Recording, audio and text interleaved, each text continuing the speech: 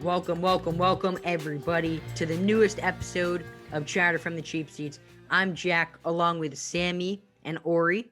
Sammy is wearing a black Nike hoodie and a Yes, I am. blue Chicago Cubs hat. Yes, I am. Ori is wearing his trademark white V-neck. Oh, it's not a V-neck. It's It's just not a normal. V-neck That's a today. step up for you. That's a step up. Just a plain white T-shirt with his trademark toothy smile, and we are going to have a great episode today. Sammy, how you doing?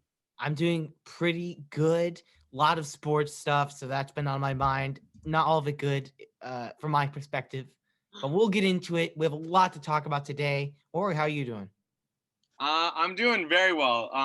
If the Buckeyes win today, it will go down as the best 3-day stretch of football I've ever witnessed. Yeah, that's Coming out right. strong. Today we are recording on Monday, January 11th. So it is the day of the national championship for college football. That's exciting. I mean, if you've been following the show, you know that I don't really watch or follow college football too closely, but I'm definitely going to tune in because, I'm obviously rooting for Ohio State because if you're rooting for Alabama, just get out. I hate how they make it on a school night. They do it every year and they make it late. Like it doesn't start until 8 o'clock, I'm pretty sure. And they always do it on a school night. They can never do it on like a Saturday night or a Friday night. And it kind of sucks, Kind of Yeah, sucks. yeah, I see what you mean. But They weed out all the fake fans, Jack. really, I mean, I'll watch. Don't get me wrong. But Ori, you just got straight into the sports. But I want to hear how your day was. I want to hear what's going on in the mind of Ori Yatrin before we get to the sports. Because trust me, we will get to the sports. Some days I say we have a full slate of sports when we don't have any sports at all. Today, None this at is all. no joke. We have the playoff football games. We have Lindor, the blockbuster trade, Kyle Schwarber, some big moves in baseball, some big talk in baseball, but mainly the football, crazy amount of football news that we will get to very shortly. But first, Ori, tell me how you're actually doing.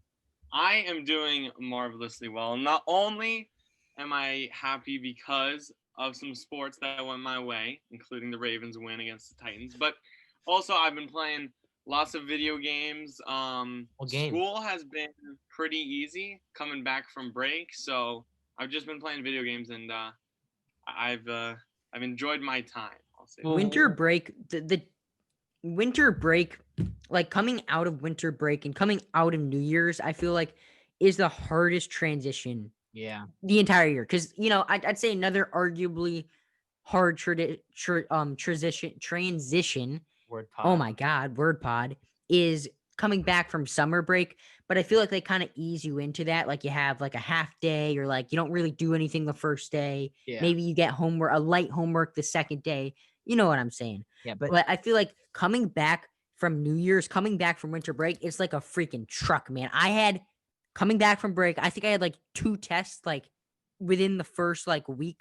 It is no joke. I mean, that entire transition is hard, and I've been feeling it. School kind of sucks right now, but I've also just been so occupied with football and stuff. I'm keeping myself busy with that. Been very happy. And yeah, man, I've been doing well. I've been playing a lot of NBA 2K. I've been getting back into that. you on 21 or 20? 21. 21. All right. And I'm nice. trying, my GM, I think it's a very underrated Yeah. GM because Madden kind of sucks. Although I wish Madden Madden sucks. franchise mode is cool because, in baseball, you can't really trade picks. You can do that in Madden. There are a couple of other features that Madden you can't do franchise mode in is MLB The Show. MLB The Show is probably the best one as of now. Yeah. You can make a legitimate case for NBA, but I mean, NBA is up there, and I feel like it's Yeah. highly underrated. Yeah, well, I kind of think NBA is probably the best one. I mean, it's definitely I mean, yeah, between that's fair. NBA and MLB. I mean, because Madden, you just look at it, it's so like bland.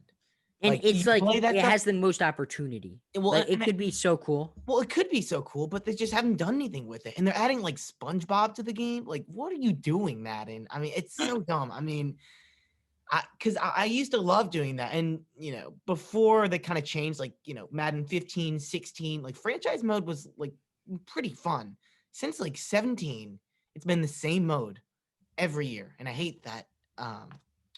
But yeah, let's get into the sports. Let's stop talking about fake football in Madden because we got a lot of real football.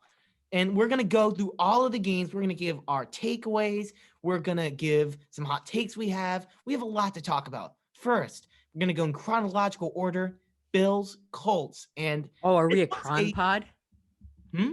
Are we a cron pod? I suppose we are. But Bills Colts, it was the first game, and a lot of people were kind of writing off the Colts. A lot of people were really high on the Bills, and the Bills played well. Josh Allen played very well, but the Colts were right up there with them the entire game. And it was just, as Phillip Rivers even said, a few crucial mistakes that really cost them that game. What were those mistakes, and where do you think the Colts went wrong? And do you think they're going to be competitive again next year? I think it's going to be interesting. I think a lot of it depends on who their quarterback is. I don't think it's going to be Phillip Rivers. I think Phillip Rivers is going to retire. He had a hell of a career, Yeah. a lot better career than most people think. I mean, when Oh, you think of seriously. Phillip Rivers, like, do you think of him as like a Hall of Famer? I mean, I don't think a lot of people do, but I think Phillip Rivers is going He to be a is. Hall of Famer because he has Yeah. a lot of accolades. He's like an 8-time Pro Bowler. I mean, he's pretty He was ridiculous. a great quarterback, and he just got put in a really bad situation with the Chargers for the Chargers. majority of his career. But I mean, if you look at that game, the Colts were running the ball down the Bills' throat. And I think that's going to come back to bite the Bills in the Ravens game because they couldn't stop the run against the Colts. I don't know how they're going to be able to stop the run against the triple threat Yeah, of Baltimore, but we'll get to that a if you can't little bit stop later. Naheem Hines, you're not going to be able to stop Lamar Jackson. No way. Jonathan Taylor, too.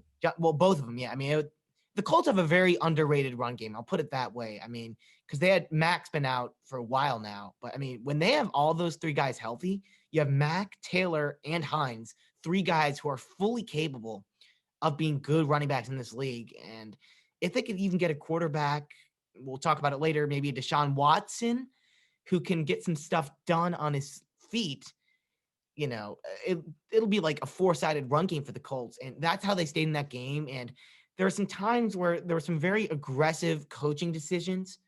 Frank Reich, I know there were a few times they went for it on fourth down that you're kind of, what? Well, why are they doing that? And I feel like that's where they threw the game away. It was Frank Reich just being too aggressive.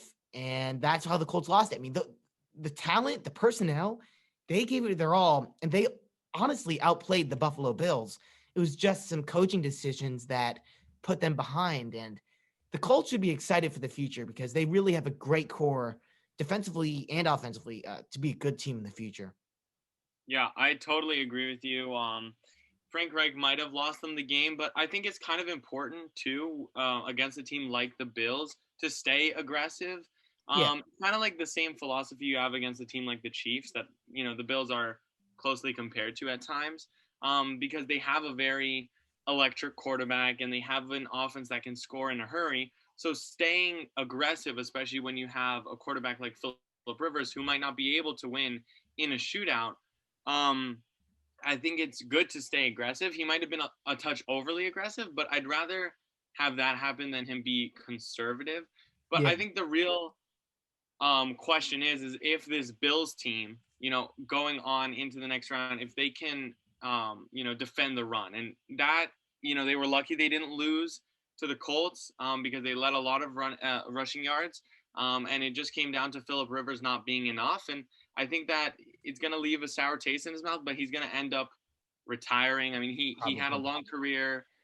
Jack said he had a great one, and I agree. He has 11 kids, so I'm sure he's busy with that too. So Yeah, Yeah. he'll have plenty to do when he retires. yeah, exactly.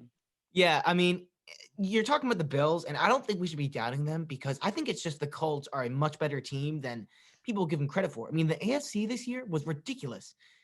They were the lowest seed in the playoff in a 17 field, and they were 11-5. It is a great field of teams, and Josh Allen played very well against a good defense. He had no interceptions. He was 26 for 35, 324 yards. And as a Bills fan, I'm not complaining.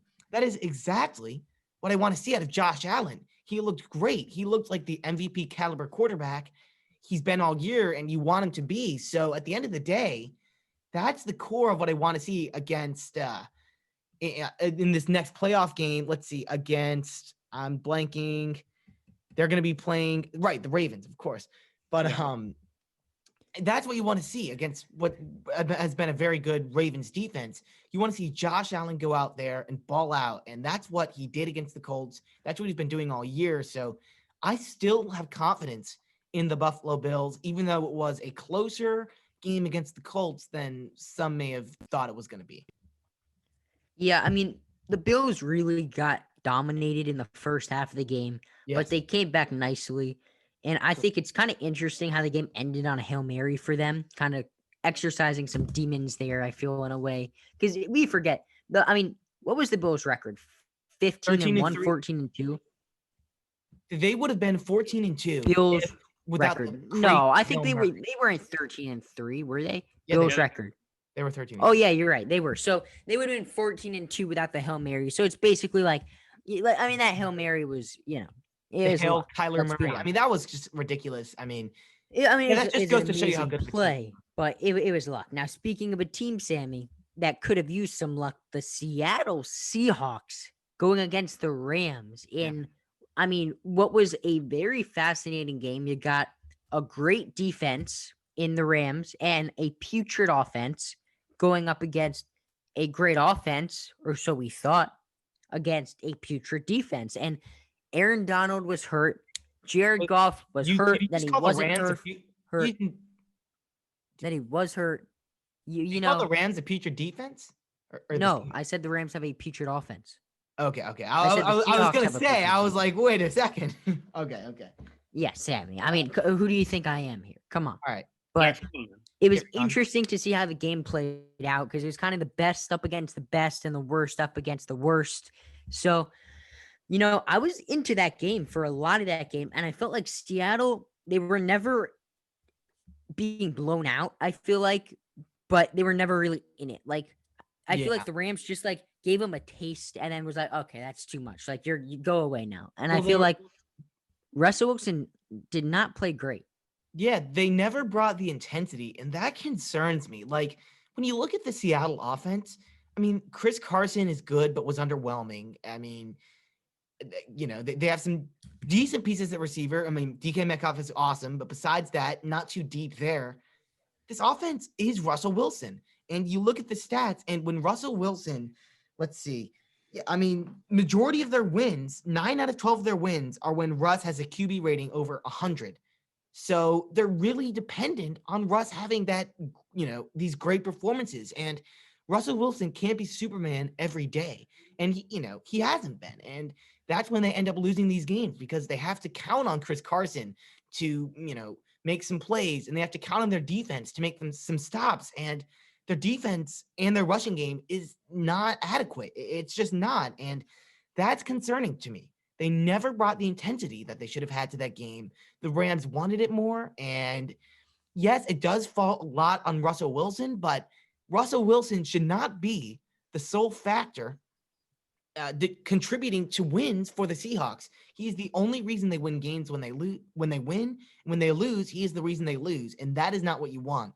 You want your QB to be important, but not that important.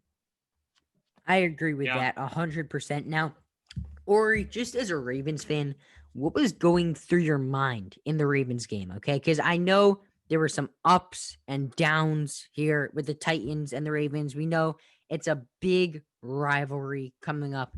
The Ravens had to exercise some demons here. They get down, not awful, but pretty decently in the first quarter, first half. Lamar has that touchdown run to end the second quarter. I think that was a huge momentum shift. What was just your mindset take us from the first quarter to the fourth quarter through your eyes? Well, to start, we started with a quick 3 and out on us defensively, which was really good. Stopping Derrick Henry. And, to win that game, we would have to stop Derrick Henry. I don't think Ryan Tannehill can win this game, right? And Marlon Humphrey was on A.J. Brown one-on-one, and I felt confident about that He did matchup. a great job. And he did a great job. He was phenomenal. But they go up 10-0. A.J. Brown did score a touchdown. It was a push-off. That was like That was a push off. It was a big push-off. But regardless, we're down 10-0, and everyone's talking about how not only is Lamar not clutch, but we have not won a game when we're down 10 since 2016. So Jeez. it's been a while since we've come from behind because this team, as a heavy rushing team, we're programmed to win when we're ahead. We get the lead and then we keep the lead. We manage the clock, and we can't do that when we're down. But luckily, throughout the whole game, even when we were letting points, we were stopping Henry. He had 2.2. That was how many yards he was averaging per rush. Like, we dominated him. And you mentioned it, Jack. When we scored that, when Lamar had that crazy run, he was trying to run a lot during that first half and was unsuccessful. And then he broke out a big one, and that was one of the runs that was not designed. It was a pass through and through, and then he just scrambled out of the pocket. And I think that's when Lamar does most of his damage. And so once we had that, we had the momentum, and we were stopping their offense. So I was feeling really, really good. And yeah, then we just managed the clock. We weren't able to really dominate, but Lamar Jackson was able to find a second gear. He was able to find that next level, and he really took over in that second half. His stats don't show him being amazing, but he was exactly what we needed at the time. And the defense is what really won us the game. Yes, Lamar was great, including Marquise Brown, who finally had a good game, which was a long time coming. But it was the defense. Stopping Derrick Henry was priority number one, and we did that. And then the one-on-one coverage from Marlon Humphrey and even some of our safeties was incredible. So it was the defense that won us this game, but I think it really gives a lot of confidence to this whole offense and defense. I'm really excited going into the Bills game. Ori, I have a question for you. All right. Out of all the quarterbacks that played on Super Wildcard Weekend, they added the Super. It was super. Hmm. It was super duper. But out of all the quarterbacks that played on Wildcard Weekend, which quarterback do you think had the lowest QBR? Lowest QBR? Russell Wilson. QBR rating. Could be Jared Goff, but I would bet Russell Wilson. Okay, here's what we'll do. We'll make this a game. So, Sammy, you'll guess first, then Ori, and we'll alternate, okay? All right. I mean, I would have to guess it's Russell Wilson. That is wrong. That is Ori, your wrong. guess? Interesting. All right, I'll go Jared Goff. Nope. All right, wait. Actually, I think it might be Lamar because he didn't throw any touchdowns and he had a pick. That is incorrect. Okay, not Lamar. Tannehill? It's not your guess, Sammy. Yeah, it's not your guess, Sammy. Yeah, come on. Yes. Um, we'll just have to keep going here. Yeah, I'll take Sammy's guess. We'll go with Tannehill. Oh, you're stealing his guess, Yeah. Sammy, how does that feel to have your guess stolen? You were so close to victory. Was it Tannehill? It was not Tannehill. No. Oh, He wasn't Tannehill. Well then, oh, you know who it was? It must have been Big Ben. No. Yeah. Okay. First of all, Big Ben Not played good. awful, but I mean, he threw for 500 yards, which is kind of funny. Yeah, because I was like, wait, no, because that was super offensive game. I mean, Yeah, Was it's it Ori, Trubisky, it is Ori's get. Sammy, come on. You what's have some it? obedience here. It's Ori's guess. Let's go. all right. Yeah. Putting my foot down. Okay, so he guessed Big Ben. Is it Phillip Rivers? It is not Philip. Oh my Rivers. God! All right, who it's is- definitely Mitchell Trubisky. It is not Mitchell Trubisky. Lie. All right, fuck. Is it Heineke? It is Heineke. Oh, I mean, after Oh. about God. 15 guesses, it is Heineke. And I just thought this was a fun stat. It means nothing because Heineke gave them he gave them a chance to win, which is all you Oh. can ask for. He was So great. I don't like rating or this not. stat literally means nothing. I just did it because I wanted to see how long it would take for them to guess, and Took us that a was kind of while. funny. It took a long time. It took us a while. I mean, Heineke, QB rating or not, whatever, he was great. And he was great. the bottom line Did- is, I mean, it was like a few months ago, he was like preparing for exams at Old Dominion. He was taking college classes. Yeah, he was taking college classes, and Crazy. now he's a free agent, and teams are gonna want him. I don't, he could be a starter, but teams are definitely gonna want him to be in that conversation. A lot of teams are in need of quarterbacks as well. The New England Patriots come directly to mind. Cam Newton was god awful this year, horrible, and he's a free agent. And I think they're going to want to have a competition. They're going to want to bring in some guys and see who can come and, emerge as the top. And Heineke's a perfect guy to put in that conversation. Maybe you bring in some other backups who have had relative success and have them battle it out. Yeah, I think that could be very interesting. And he was just great. And it's fun to see guys like that prove themselves on a big stage. I don't think he's the long-term solution for Washington. For anyone. I don't.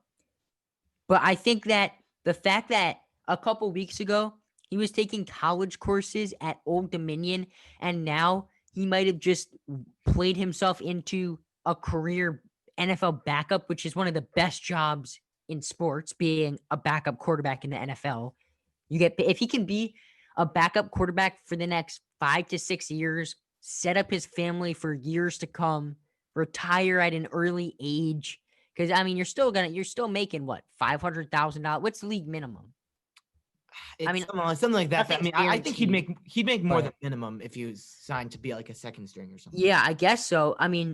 He would be making at probably he would be making over $600,000 a year. And if he can do that for 5 or 6 years, that's a lot of money. And all because he played great in one game. That's pretty crazy. Like, if you're Taylor Heinicke, this is a great week for you. Well, and you mentioned the QB rating, and that's definitely an aspect of it. But the most impressive thing was that he was, besides Lamar Jackson, the best quarterback with his legs in this super wildcard weekend. You can also make an argument for Josh Allen, I suppose, but Taylor Heinicke was really moving around very well. He had a rushing touchdown.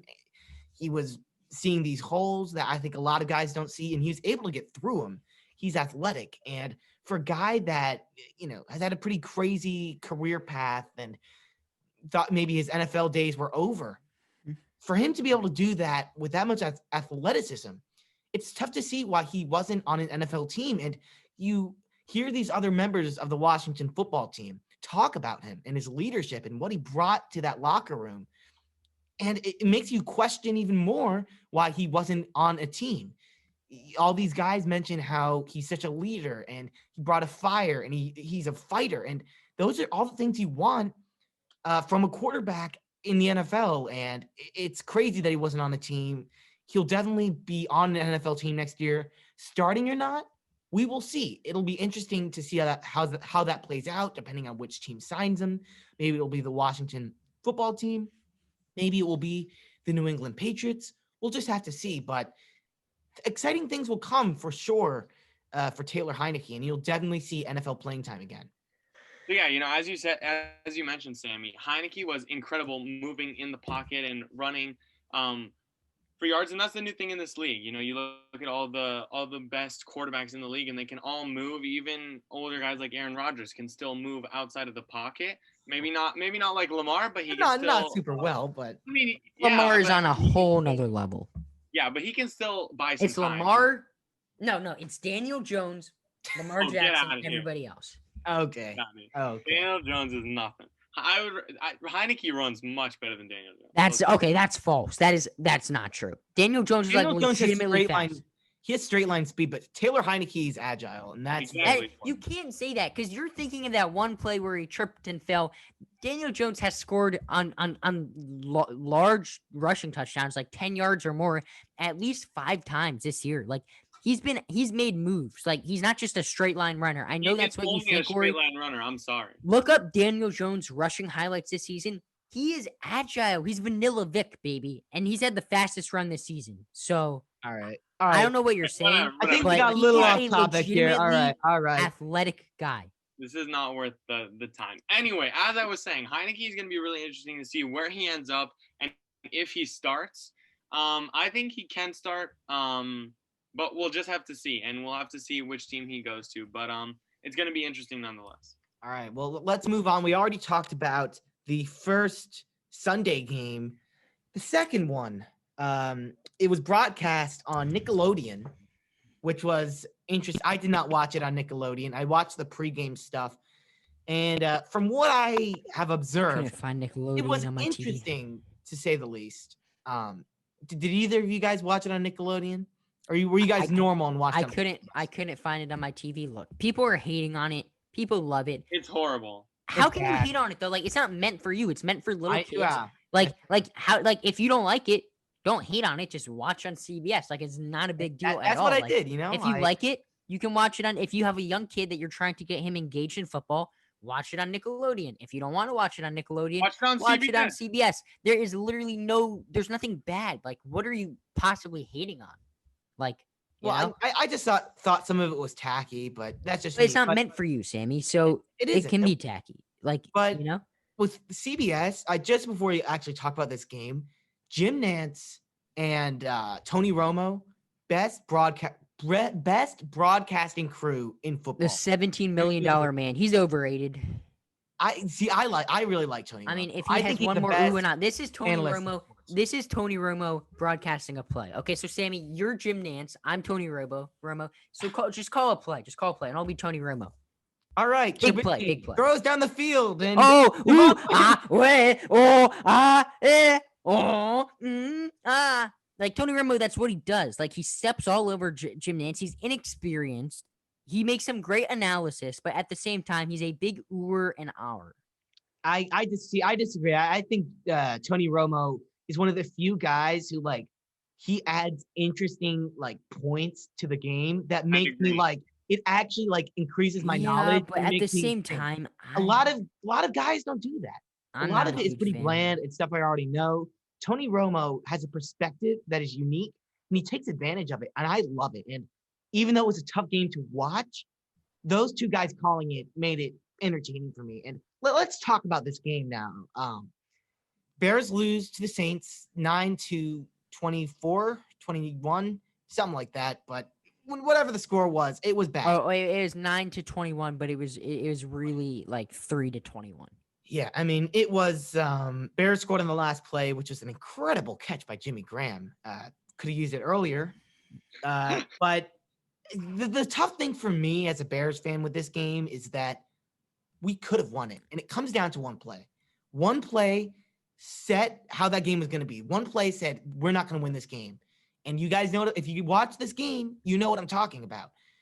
Mitchell Trubisky, a nice trick play, has a flea flicker sort of thing. He has this perfect pass down the field. And you don't see that deep ball perfect from Trubisky all that often. And it was, I'm not exaggerating, a perfect throw. And it goes right through the hands like a basketball hoop of Javon Wims, who just had, a pretty good catch 2 minutes ago. And it's really, man? And that was the game, because if you catch that ball, Bears are up 10-7 with all of the momentum. And that's huge. Your defense is playing well. And a lot of the game was that the Bears didn't have the momentum. They could never get that momentum. And their defense was on the field so much that by the end of the game, they were just completely out of gas. And you don't blame them for that. I mean, the Bears defense played better than they were supposed to. They weren't even playing that well if you talk about the weeks leading up to the playoffs, but they played great against the Saints, and the offense gave them one chance and they blew it. That was their chance to make a statement. Play would not have changed the game. They yes, still would have lost. Momentum is huge. Yeah, but they lost by, I know it was 9-21, but the Saints let up at the end. That game easily could have gotten, if the Saints played hard in that fourth quarter, 35-3, 35-6. It was not a good game at all. I mean, the Bears were overmatched. But it was. I mean, the first half, we were down by 7. Yeah, and they weren't being aggressive. We would have been up by 3 or something, or tie game at the half. That's huge. I mean, I think that play would have just changed the complete trajectory of that game. And, it didn't happen. He didn't catch it. And that's that. And now there are a lot of questions for the Bears. The Saints are moving on. Breeze, whose career is probably going to be over after this playoff run, he gets to move on, which is exciting if you're a Breeze guy. And it's got to be an announcer. But a lot of questions for the Bears, like I said. And from a non-Bears fan perspective, what do you guys think? There are 3 guys who there have been a lot of talk Bears are going to move on from. Mitchell Trubisky, quarterback, Matt Nagy, our head coach, and Ryan Pace, our GM. And just from your guys' perspective, do you think all of them go? Some of them? None of them? What's your take? Well, I think 100% undoubtedly it's over for Trubisky. I think they've had enough. He had this little good stretch of But fluke Ori, games. how about his MVP award? Oh my God, slap in the Yeah. face. That's why I hate Nickelodeon broadcast. I think I we love found how it's the on his good. football reference page too. That's hilarious. No, dude. we finally found the reason Sammy really doesn't like Nickelodeon. I It's don't know not what's because more of of a slime. joke: the fact that he has an MVP award on his Pro Football Reference, or the fact that he has a Pro Bowl award on his He does. Football He was Reference. good. He was not even bad in 2018, bro. No, but well, it's what 2 years removed from 2018, so I don't think we're still in that phase of the NFL. But I think Trubisky, you got to move on. He does maybe he's just not the move. He will not win a Super Bowl. He will not lead a team. He's not a franchise quarterback. He seems like a pretty stereotypical backup. Now with Matt Nagy, I don't really know. I Yeah. wonder, Sammy, if you have a better idea, because I would think you give him like one more season because they made the playoffs. Well, But yeah. then again, like, what do you do? It's really tough because he has moments where you're like, oh my God, this guy should not be the head coach. Then he has other moments where you're like, he's pretty good. And it's just a tough balancing because at the beginning of the year, I mean, one thing's clear. He's never going to call plays again in the NFL. He's horrible at that. And it worked in 2018. It was fine in 2018, but it just was not working anymore. And what I really like from him, and this is why I think the Bears should keep him, he was humble enough to give up the play calling and just take on other duties and just take his hands back and say, I'm not good at this. I'm going to do what's best for the team. And that's what I like from a head coach. He's made the playoffs twice. He was 12-4 with a Super Bowl caliber team in 2018. So he's had some success, and I think you got to give him another chance. I don't think it's his fault. Rex Ryan, I saw today, was blasting Matt Nagy earlier today, and I just disagree. I think the players have a general respect for him. I think they like him. Maybe his play calling wasn't that great, but they like him as a leader and as a coach. And that's why I think you got to stick with him for one more year. Trubisky, I'm also very torn on because that was not a good game by any means. I mean, he had that great throw that, was not caught, but it was not that great of a game from Mitchell Trubisky. And what I'm just thinking is, who are we going to get that's going to be better than Trubisky next year? Because the Bears are good enough, and they've shown that they're good enough to be good again next year with a few adjustments. So who are you going to get that's better than Trubisky? I don't think the Bears are going to be willing to get Watson. We're not going to be willing to give away our first-round picks. Who is going to be better than Mitchell Trubisky? What do you guys think? Like, who is Jameis Winston. no, not I- Trubisky's He has more potential. Like Jameis Trubisky's Winston much makes younger, plays that Mitchell Trubisky cannot make. Like that's just. but a he fact. also, had like led the league in picks. I don't like that. Trubisky, Yeah, but he also led the league in yards. right. I mean, So but right, because he's throwing it all. I just think you have to move on. I think. Do you move on though from Chuck Nagy? Like he's brought you to the playoffs Matt two Nagy? times in 3 years. Chuck Pagano, our defensive. We should move on. Matt Nagy. I'm sorry. Yeah. Why am I saying Together. Chuck? Chuck Pagano. But anyway, coordinator. Yeah. Yeah, I know. But I don't think they're not moving on from him. He's brought them to the playoffs 2 times in 3 years. I think you got to fire your GM just for the Trubisky mistake alone. I mean, you trade up in the draft and you pass up on Deshaun Watson and Pat Mahomes to draft the truth, Mitchell Trubisky. I mean, come on. He's awful. Jameis Winston I would rather have Jameis Winston if I can teach Jameis Winston to limit the turnovers. I can't teach Mitchell Trubisky to have more arm strength or make amazing plays. Jameis Winston makes plays that Mitchell Trubisky is physically not capable of making. When you watch Mitchell Trubisky, Sammy, you brought up early in the year, but his stats are so good. His stats are better than so and so. His stats are so good because the only passes that he has to make are bootlegs where he passes it 2 yards and David Montgomery makes a man miss and runs the ball for a 10-yard gain. That's all he does. Jameis Winston makes throws that Mitchell Trubisky cannot make. You can teach Jameis Winston to limit the turnovers. You can't teach Mitchell Trubisky to have a stronger arm. You can't teach Mitchell Trubisky to make a guy miss in the pocket and throw the ball 50 yards down the field on the run through a absolutely small window. Like, you can't teach greatness. You can teach you can teach players to limit turnovers. Yeah, I mean, and that's a fair point. I mean, Trubisky, a lot of what he does is in that short game. I mean, I feel like half our plays are those bootlegs to tight ends that we get like 2 yards out of, and then like every now and then it breaks out for 20 or something. But at the end of the day, one thing's for sure: our defensive coordinator Chuck Pagano has to be fired, 100%. I think Nagy probably safe. Trubisky will probably go. Pace, who knows? He's made a lot of dumb moves, Trubisky, but he's also had a lot of good picks. Darnell Mooney was a steal, 5th-round draft pick. Was like the 20-something receiver picked in the draft, and he's been one of the best rookie receivers in the NFL this year. So there's a lot of things I the Bears mean, could do, and they're pretty he's a interesting weapon. to watch. He's a weapon. I mean, there's been so many good wide receivers in this draft this year. I mean, Jerry He's been one of Jeudy, the better Justin ones. Jefferson. I'd say he's the fourth best. Is fair? Yeah, I mean, 5th, 6th, but I mean, still, that's Fifth, sixth. a Yeah, no, I'd say great class. you got Justin Jefferson, C.D. Lamb, both of those, Jerry Jeudy. Those three are better. Outside of those three, Henry Ruggs. But is Henry Ruggs better? Is Chase Claypool rookie? No. Yeah, he is. Yeah, that's true. So it's sixth He's best. like probably seventh 6th, best. 7th. Yeah. But Around let's move that on. We range. have one more game to go over here. No Browns, game-o. Steelers, and we were going into this expecting a battle, expecting a dogfight. And what did we get? 28-0 at the end of the first quarter. I was expecting 28-0 at the beginning of the first quarter, just not the way it went. Yeah, I mean, wow. I mean, the Browns, I was sleeping on them. Last week, I was down on them. I was like, they lost to the Jets, and they barely beat the Steelers practice squad. What's going on here? And then they came out, and they just proved me wrong. And they proved me wrong, and I'm not going to sleep on the Browns again because I really like this team, and I see how talented they are. What a game against the Steelers. What do you guys have to say on that?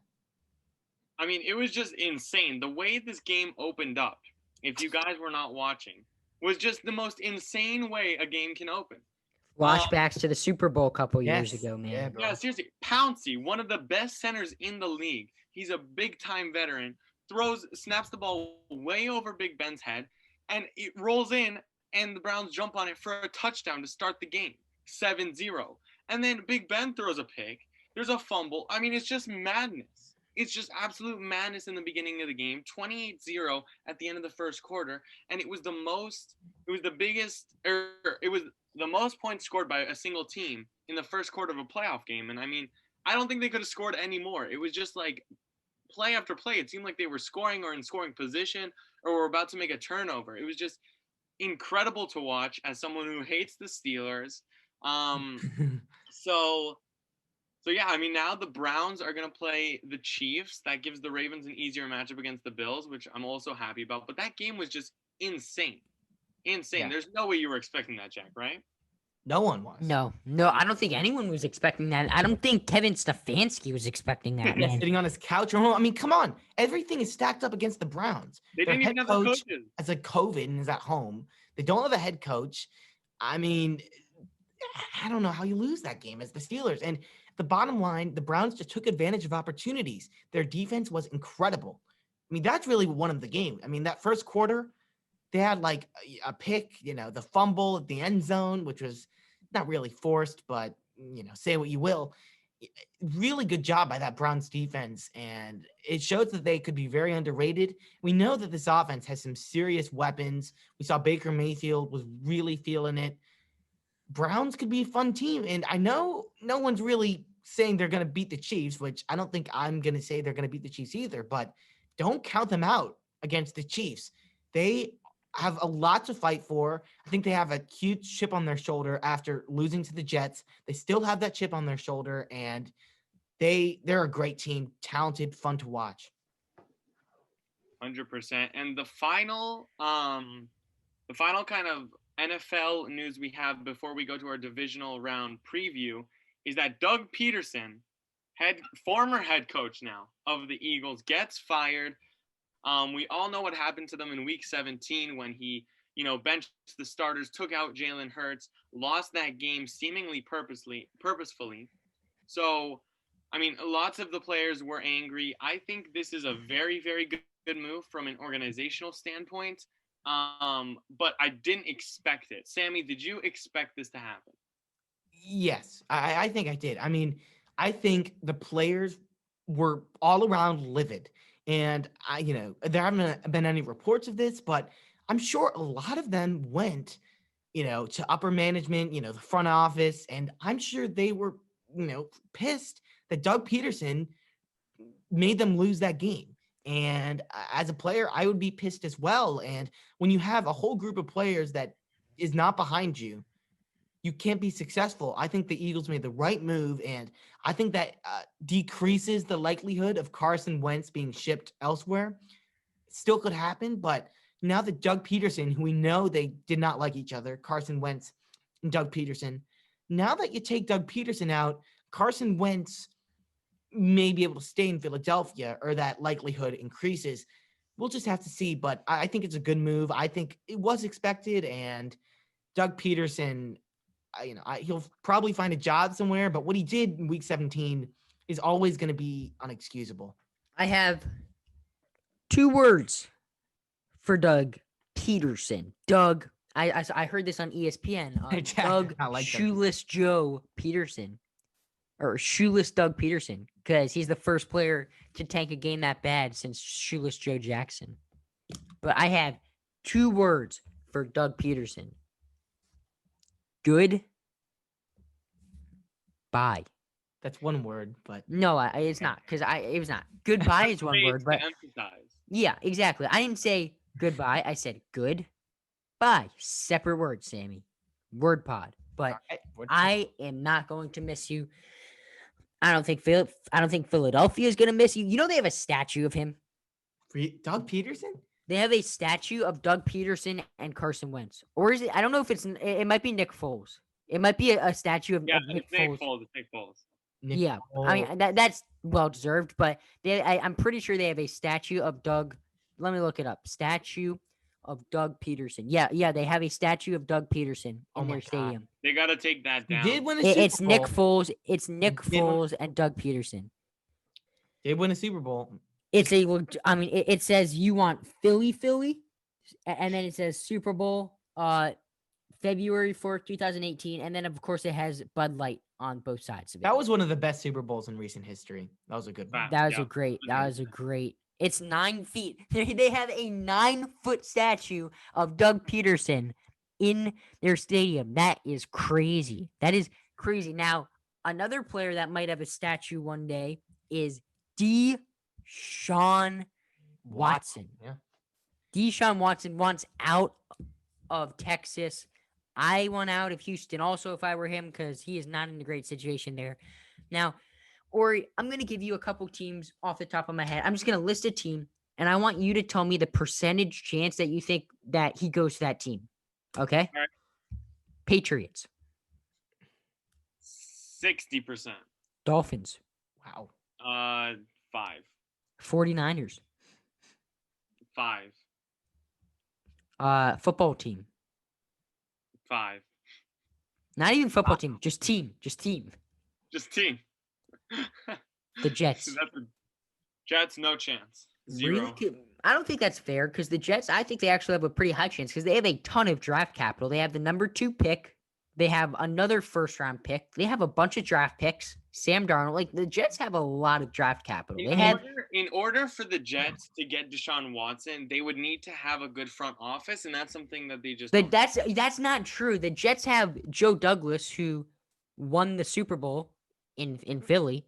Like, the Jets have a good general manager. Like, he's a well-respected GM around the league. Let's remember this.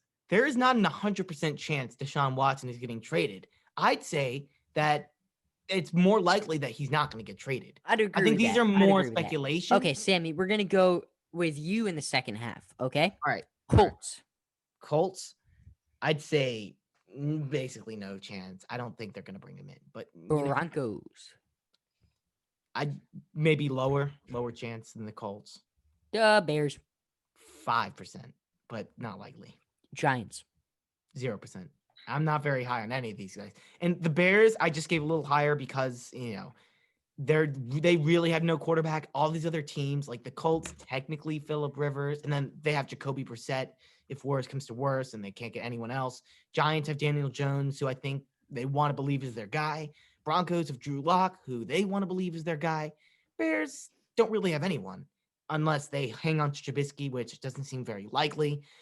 My only thing with the Bears, I don't think they're going to be able to do it because all the first round picks they've given up for Khalil Mack. I mean, we missed a first round draft pick for like the past 2 years because of the Khalil Mack trade. And you don't think your GM? And Ryan Pace is not going to be willing to give up more first round draft picks. This is going to be the first year that we have first round draft picks since we drafted Roquan Smith. It's been a while. So I don't think the Bears are going to be willing to give up first round draft picks. And I don't think Houston is going to be willing to give away their perennial quarterback talent without getting first round draft picks in return. So I think out of all these teams, the Dolphins is the one that jumps out to me the most because Deshaun Watson has explicitly said that he might want to go to the Dolphins. Because he has a no trade clause, so he can. Right. And he doesn't have to go anywhere he doesn't want to go. Exactly. So he's kind of thinking he wants to go to the Dolphins. I think the Patriots would be interesting. They have a lot of cap room. I think besides those two teams, maybe the 49ers, if they shave off some cap room, but all the other ones are long shots to me.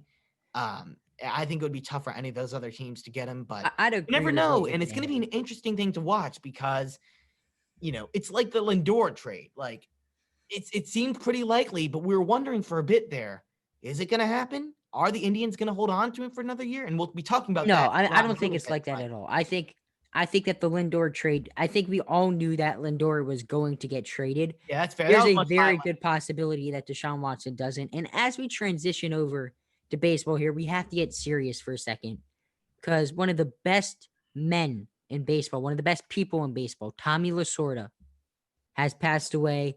He was the Dodgers manager from 1976 through 1996, 20 years. He was inducted into the National Baseball Hall of Fame in 1997. He is one of the best managers of all time. He's one of the best people of all time. He had an electric personality, and it's a really sad couple of days. It's been a couple of days since his passing, but it's a really sad time for baseball as we mourn the death of Tommy Lasorda. Yeah, he's a legend for sure. I mean, such a great guy and so much success. He had, like you were kind of talking about a lot of his accolades, 3 World Series. He had a few pennants, and he was in the league 22 years as a manager. He only had, 1, 2, 3, 4, 5, 6 losing seasons out of 22. That's incredible, and he's just, what a guy. And it's so sad that he passed here in 2021, and the Dodgers love him forever. Baseball will love him forever.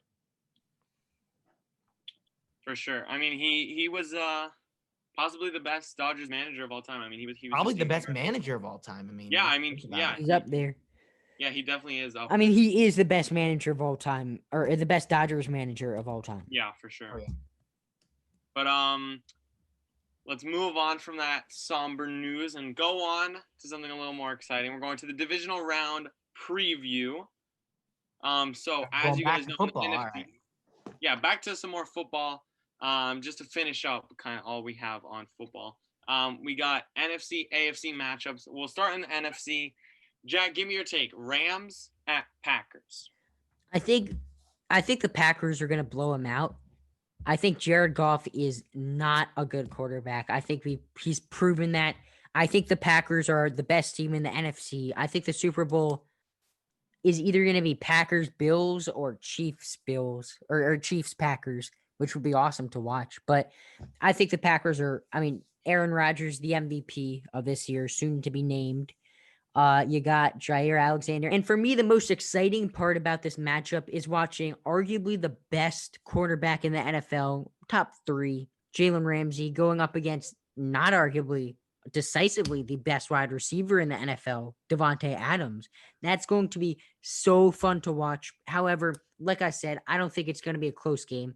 I think the Packers are just way more talented on offense and defense. Well, they're not more talented on defense, but on offense, and they're a solid defensive team.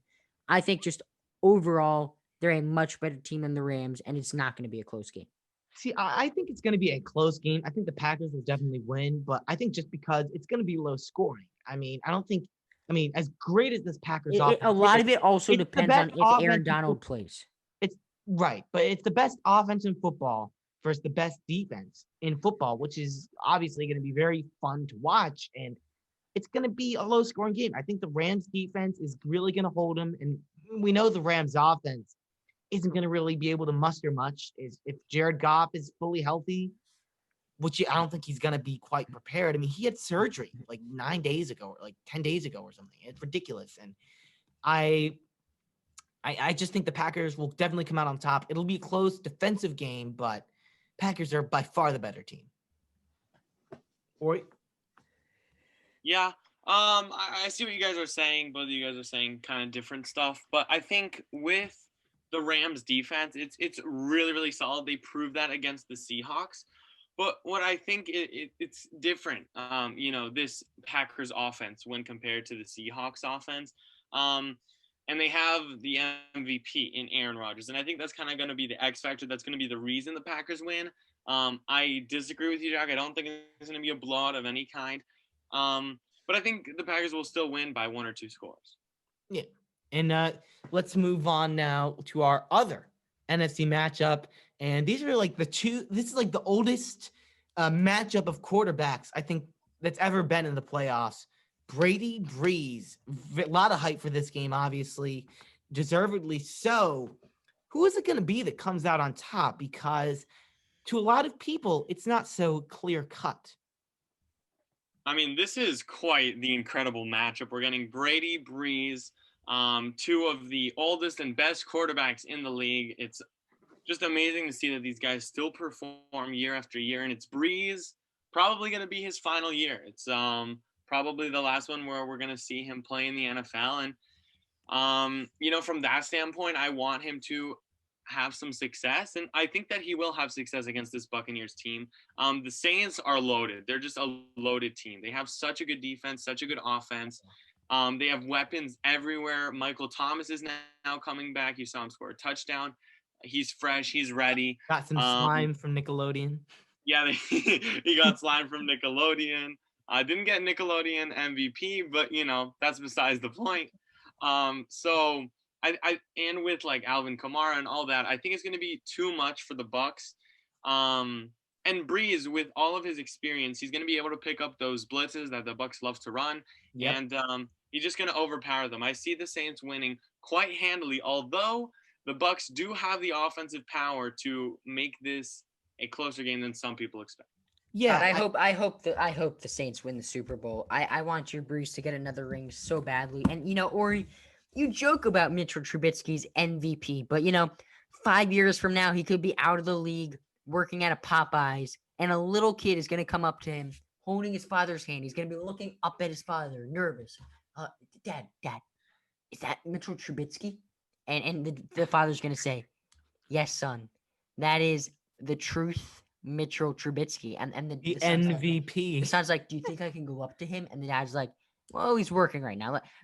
Don't bother him." So they're gonna wait patiently outside until Mitchell Trubisky's shift at Popeyes is over. He's gonna be leaving Popeyes, and he's going to see this kid and his dad asking for an autograph. The kid anxiously holding on to his dad's hand, clenching his hand, and he asks Mitchell Trubisky, "Mr. Trubisky, can I please get a photo? I remember when you were the MVP of the league." And that is something that no one can ever take away from him in his lifetime. 50 years from now, he's going to live a long time. 100 years from now, on Mitchell Trubisky's gravestone, it's going to say, "Mitchell, Mr. Biscuits, the truth, Trubisky." Those are his 2 nicknames if you didn't know. Mr. Biscuits, the truth, Trubisky.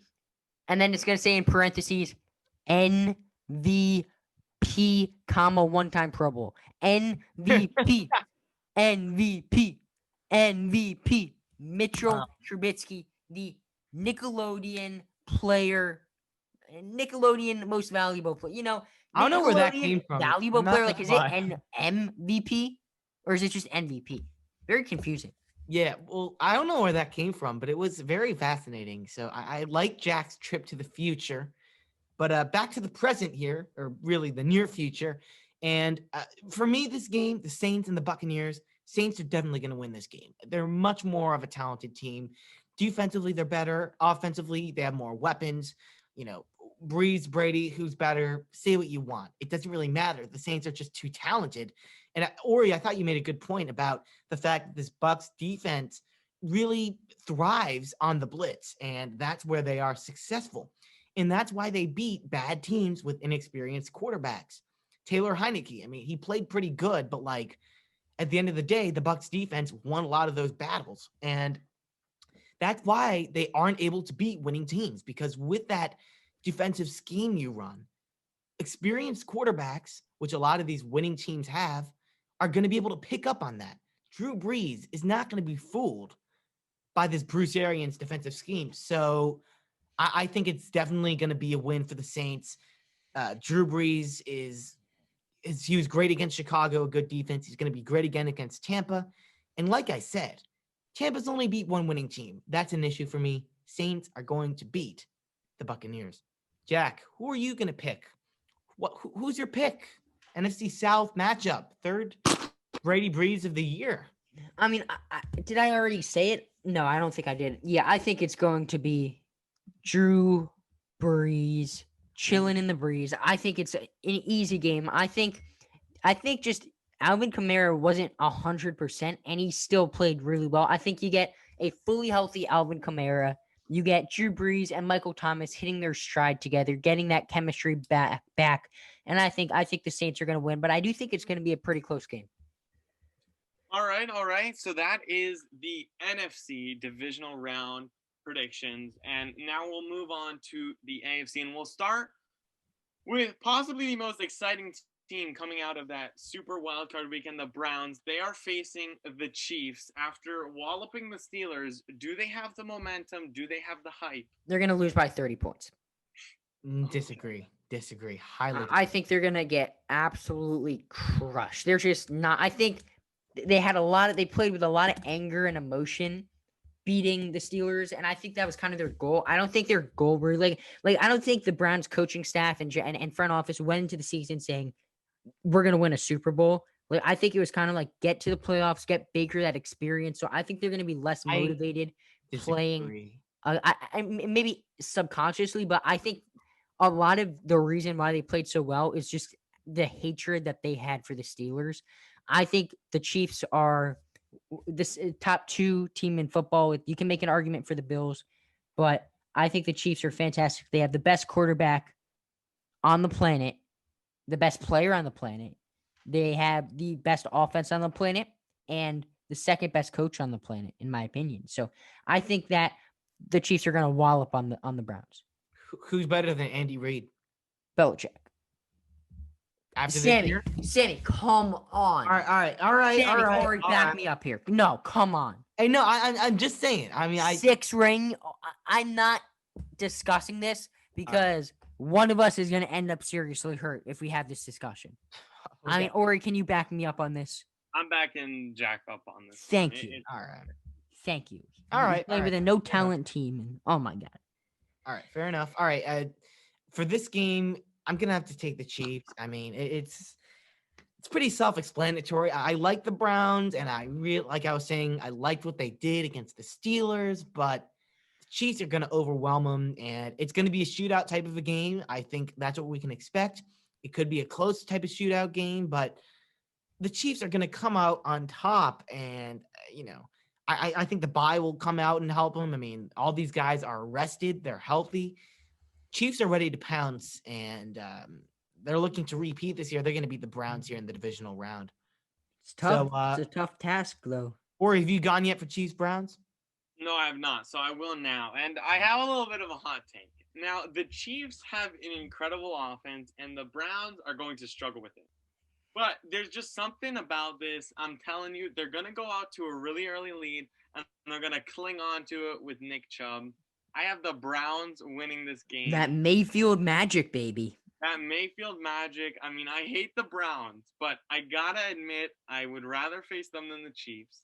And okay. So this is just No. And that is a reason why I would be happy they won. But the reason I think they're going to win is because they're going to go out to an early lead. I think, the Chiefs might come out a little bit lackadaisical like they did against the Titans in last year's play. If you don't remember, they were down big. Like, I forget what the score was. It was like all right. It was the 24. Texans. Yeah, Texans. What am I talking about? Texans. Yeah. It's like 28-0 or something. That was it was like 24-0. So I think that same thing is going to happen, and the difference between the Texans and the Browns in this game is going to be Nick Chubb. He's going to carry them with possession time, getting those first down, grinding those yards. So I think they're going to just get a big early lead and just carry that all the way to the finish. So I'm taking the upset, the underdog, the Browns. But let's move on now to our final divisional game. Best game of the week, without a doubt. Best game of the week, hands down. I agree. Oh yeah. I think everyone will know my pick, so I'll start with you, Sammy. Or All right. So this is a game that I've struggled with a lot, and it's tough. But at the end of the day, I have to go with the Bills, man. And yeah, I know they kind of struggled against the Colts a little bit. I know the Ravens are hot after that good victory against the Titans, but the Bills are the better team. Josh Allen is the better quarterback, and they have better weapons, and maybe not a better defensive team, but a good enough defensive team to beat the Ravens. And I'm not saying the Ravens can't win. It was a tough decision. It's going to be a close game, but Bills are going to have to come out on top for me. I agree. I think, I have the Bills as my Super Bowl pick. I cannot think of the right word to use. I am not shying away from that here. Word pod. I'm keeping with the mojo. I still have the Bills as my Super Bowl pick. I still think they're going to get it done. And I think they're going to beat the Ravens by 3 points. Okay. And now my pitch. The Ravens can destroy them defensively when it comes to the run game. The Bills will have absolutely no run game. We stop Derrick Henry with ease. We will stop whoever they have in the backfield. Devin Singletary. Devin Singletary. Yeah, he's nothing compared to Derrick Henry. So we're going to easily stop their run, and they're going to have to rely on Josh Allen. And Josh Allen is going to look to one man, Stephon Diggs. And who is that man going to be covered by? The best corner in the game, Marlon Humphrey. He will dismantle Stephon Diggs. Did you just say, okay. Destroy the Bills. 34-10. I said it here.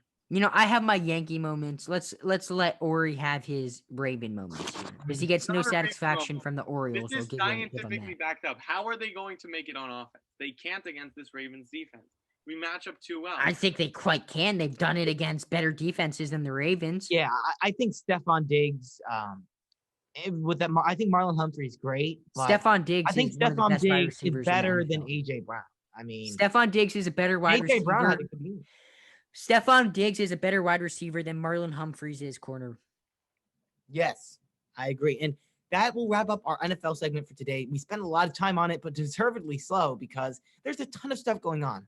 But baseball, we had potentially the biggest news, not maybe the most surprising news, but the biggest news of the offseason. And I called it. I called it. On last episode of Chatter from the Cheap Seats, I said that Lindor was going to the Mets. I did not. We have breaking news. Breaking news. You always have to interrupt me with the breaking news, man. Sammy, what am I supposed to do? It's breaking news. All right. Well, what is it? It better be good. It's not that good. But the Cowboys have hired their new defensive coordinator. And it is? Dan Quinn, the former Falcons head coach. That's so bad. What do you think? That's a bad move. That's so bad. Did you see the Falcons defense this year? Did you see the... Whatever. That's not a good move. Sam is about to blow a gasket here, folks. Yeah, no, I'm not gonna get started with the Cowboys, but How baseball. about them Cowboys? Well, let's get back to the baseball here. Lindor to the New York Mets, as called by me last week, along with Carlos Carrasco, Cookie Carrasco, who is still a very capable starting pitcher in this league. And the Indians are getting Med Rosario, Andres Jimenez, Josh Wolf, a pitching prospect, and Isaiah Green. What are your thoughts? Because the immediate thought that comes to the minds of most baseball fans is that the Indians got robbed. The Indians, gave away their future, or not really their future, but they gave away a great It was a player for salary not dump. enough. It was a pure and simple salary dump. That is what it was. Yeah, I mean, That's- really, what you that's- get a replacement shortstop, which kind of has to be part of the deal. So that's not even really value you're getting back.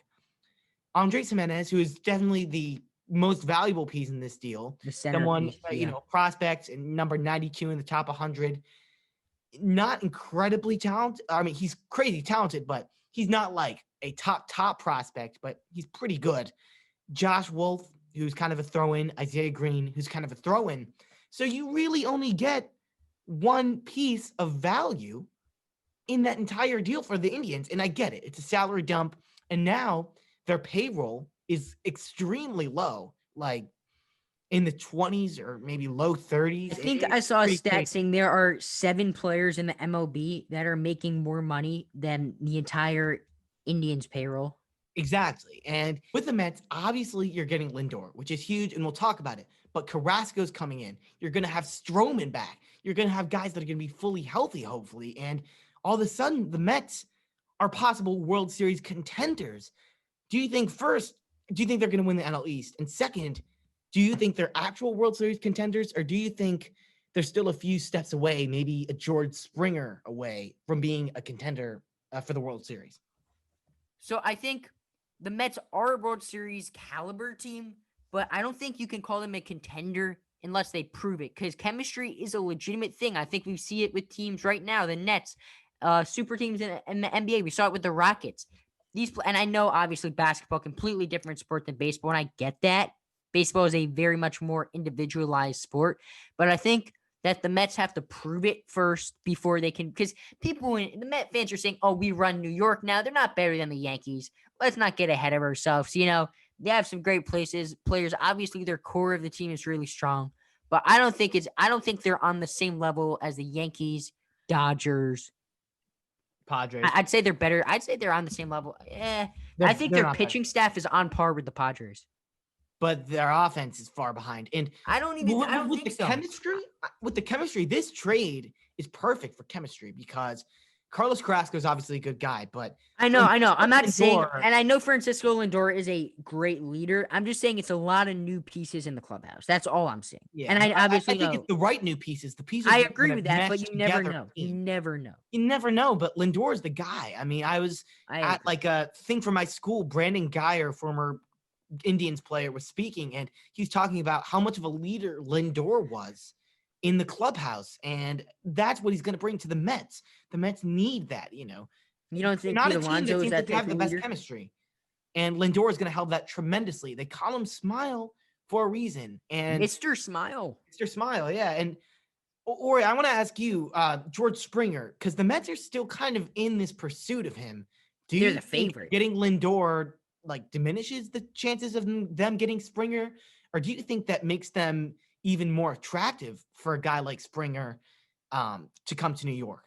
Well, I think it slightly diminishes the urgency potentially because now they already have a superstar, an absolute superstar, and they're a very, very good team. It's going to be interesting to see because obviously with their new owner, he said he wants to spend money. He wants to win a World Series. And he's been backing that up with his moves recently, and to get George Springer would complete this team. Yes, they need some help on the bullpen, but with that offense, They need a center fielder bad. it would be electric. You have a great starting pitching rotation. What'd you say? They need a center fielder bad. Yeah, they do need It's a center definitely fielder. a position of need.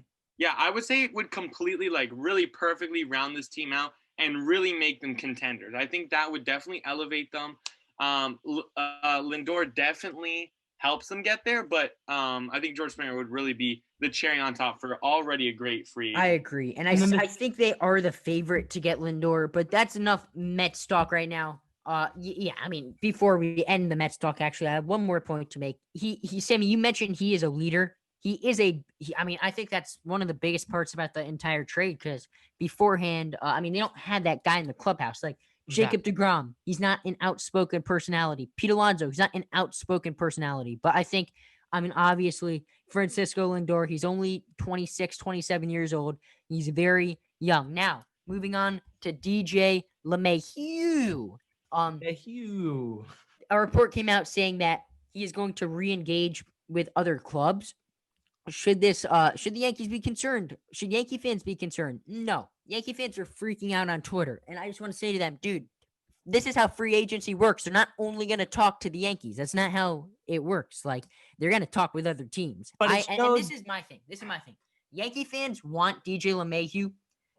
They want to offer him $100 million right now. No one's offering him that. DJ LeMahieu wants to be a Yankee. If the Yankees match whatever is the top offer, he's gonna go to the Yankees. So it's like if you're in an auction and you have the winning bid with like 15 seconds left and you bet $50, why would you raise it to $60 when you have the winning bid? That's sort of how I feel right now. And there's not really many suitors for him. The Dodgers are I think the Dodgers are up. Lindor trade takes the Mets out of contention for DJ LeMahieu because they don't need like it's not a position of need for them. It wouldn't make sense. They would be much better to focus their money and energy on Springer. The Dodgers are a potential suitor. However, they're not. They're going after DJ as a backup plan. Their main plan is Justin Turner, and Justin Turner is 34. I don't see him going anywhere, to be honest. We'll see. I don't think DJ wants to go to the Blue Jays. You don't even know where the Blue Jays are going to be playing. They could be playing in Pittsburgh. They could be playing in Buffalo again in a minor league baseball park. I don't think the Yankees are going to let him go to Toronto anyway. But I mean, I think it makes too much sense for both sides here. So I am not nervous whatsoever. I'm still 90% chance he signs. I mean, the thing is, it does show that he's frustrated. I mean, he's frustrated with not getting this deal done quickly. He's obviously there's something going on with these talks that he's not liking. That's the concern. But he's not frustrated. of course He's not going to be talk frustrated enough to the point where he's going to go to another team. But I mean, it's heading in that direction. And like, I think the Yankees want to end this as soon as possible. They want to get him back as soon as possible. And the fear of losing LeMahieu. And before we go, we're almost done, but we had one of the first big free agent moves, Kyle Schwarber. He had like 38 home runs a few years ago. He could definitely hit over 40 in his career. Signs with the Washington Nationals. 1 year, $10 million mutual team option for the second year in 2022. Cubs fan is obvious. So for me, it's obviously near and dear to my heart. I love Schwarber. I think it's a great signing because the Nationals are really making moves like they want to contend because they can. They trade for Josh Bell. You know, when he's on, one of the best. Nats have had a big offseason, man. Yeah, man. One of the best first basemen in baseball offensively. And then Kyle Schwarber, when he's on, we don't know if there's going to be a DH yet, but he's one of the best offensive left fielders in baseball when he's hitting well, which he hasn't been as of late past few years. But 2016, he had a magical World Series run. So he is capable of a lot. He's still a young player. He's like 27, 28. So people should not write off Kyle Schwarber. The Nationals are not. And I think for 1 year, you'll see what he does. And then maybe you ink him to an extension. Maybe you keep him around for some more time. But I think it's a great deal because the Nationals, like I said, they're a team that wants to contend. They're making moves like they want to contend. They're really making themselves a team to be scared of in the NL East. NL East, man, it's going to be crazy. Mets, the NL East is legit. Marlins, Nationals. Legit. Phillies, they're kind of looking like they might not be too good, but they're still probably going to have Real Muto. So it's Harper. I don't think they're going to sign Real Muto. Where else is Real Muto going to go? I don't think he has a market, but the Phillies have come out and said they don't have the money. They're not spending that kind of money. But at the end of the day, he's gonna go somewhere. I mean, I know, but I I don't can't think it's. see I mean, the Lindor. owner has come out and said that they are not going to. He's not in the plans. Yeah, I mean, we'll see with Romito, but I mean, at the end of the day, and at least has 5 teams that can contend. So it'll be a fun division for sure. But that just about does it here on No Chatter hoop from the ball Cheap today, Seats. ladies and gentlemen. No hoop ball. No basketball, but we will definitely update you next time. A lot of fun stuff going on in the NBA. So we promise to get back on the basketball We train next promise. episode. And Ori has a haircut to get to. He's gonna get that beautiful head of hair cut. So we're gonna go for now. Ori, any last words before you get your beautiful hair shaved off? Not shaved Luscious. off, but I do hope Michelle is still there. It's getting kind of late. Is that your haircut person? That's my barber. Yeah, she's amazing. Sammy, any last words? Not really.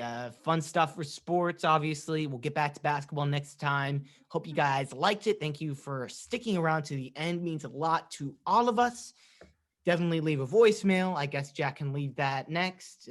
DM us on and if you go Instagram, into- follow us, all that. If you look into the description of our podcast, whatever platform, you'll see the voicemail line. It's 202-743-1767. Great show, ladies and gentlemen. We talked about everything from the football with Phillip Rivers, what he's going to do, Drew Brees, Aaron Rodgers, to the baseball, Francisco Lindor, JT Realmuto, even for a bit, James McCann, Pete Alonso. We talked about everything, and that's going to be it for us today from Chatter from the Cheap Seats. Ori, take us out. Bye.